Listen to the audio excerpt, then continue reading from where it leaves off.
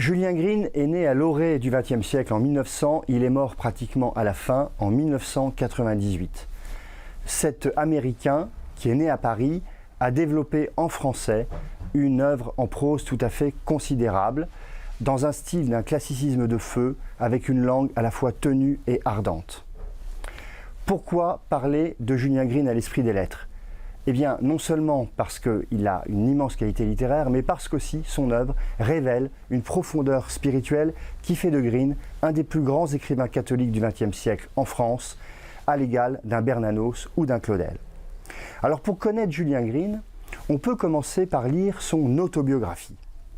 Cette autobiographie vient d'être republiée par les éditions Plomb en un seul volume, Jeunes années. Rarement un écrivain aura parlé de lui avec autant de finesse et de discernement. Julien Green renoue ici avec la grande tradition des mémorialistes à la française et il renoue aussi avec la tradition du journal. Son journal intime pèse à peu près 2 tomes en Pléiade chez Gallimard. Dans l'autobiographie et dans le journal, il y a finalement 2 grandes lignes de force. Il y a la question de l'homosexualité, qui a toujours été une question fondamentale chez Green. Homosexualité d'abord inconsciente, et puis assouvie, et enfin tenue à distance. Et puis bien sûr, la quête du sens, la quête du beau, la quête de Dieu.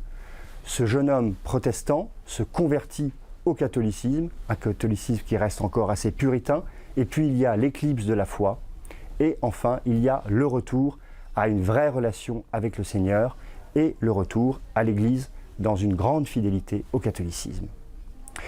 Green, c'est aussi un grand romancier, et il y a 2 périodes finalement dans l'œuvre de romancier de Green. La première, les romans du début, des romans marqués par une grande noirceur et qui ont fait son succès. Vous avez sans doute lu, pour beaucoup d'entre vous, Adrienne Mesura, qui est disponible en livre de poche. Dans cette première période, je retiendrai aussi son meilleur roman du début, me semble-t-il, Épave, sans doute le plus noir et le plus autobiographique.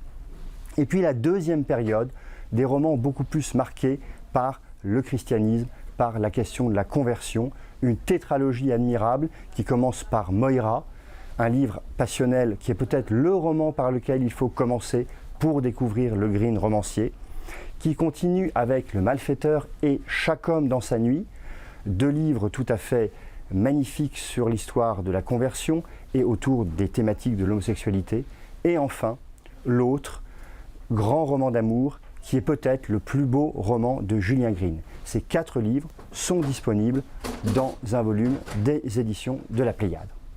Enfin, comment ne pas terminer par 2 ouvrages marqués par le catholicisme de Green. Un ouvrage de débutant, pourrais-je dire, Pamphlet contre les catholiques de France. Ne nous y trompons pas, ce livre est marqué par un grand amour de l'Église catholique et ce sera le signe de sa grande amitié avec Jacques Maritain.